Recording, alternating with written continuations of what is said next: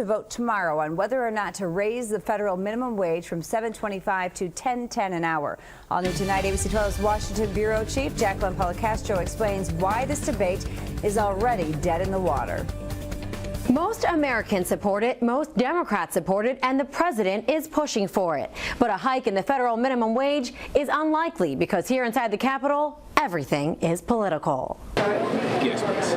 $7.25 an hour. That's the federal minimum wage. But some lawmakers want to pay more, up to $10.10 an hour during the next few years, and tie future wage increases to inflation. There's a moral issue here in addition to a very practical economic, societal interest. No to poverty wages! The fight is taking shape again, this time during a political year, with 1/3 of the Senate and every House member up for re-election. While senators plan to vote, it's unlikely to pass, and even more unlikely for House Republicans to take up the measure. Some Democrats see this as a big chance to shore up their base this election year and possibly bring out more voters. I don't care if it's an election year or non-election year, a minimum wage increase is right for our country since it hasn't been increased in 7 years.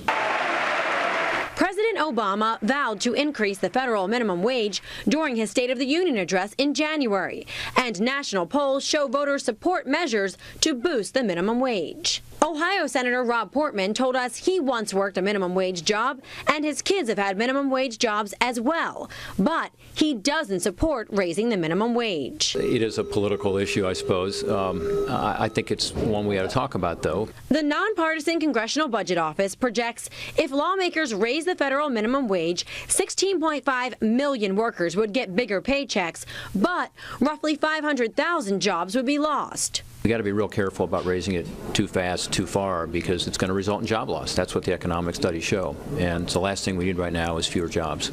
Even though it doesn't look like Congress will get very far in the issue, some states have acted. More than 20 states have raised their minimum wage higher than the federal minimum wage, and more states are expected to join them this year. Reporting inside the Capitol, I'm Jacqueline Policastro. And Michigan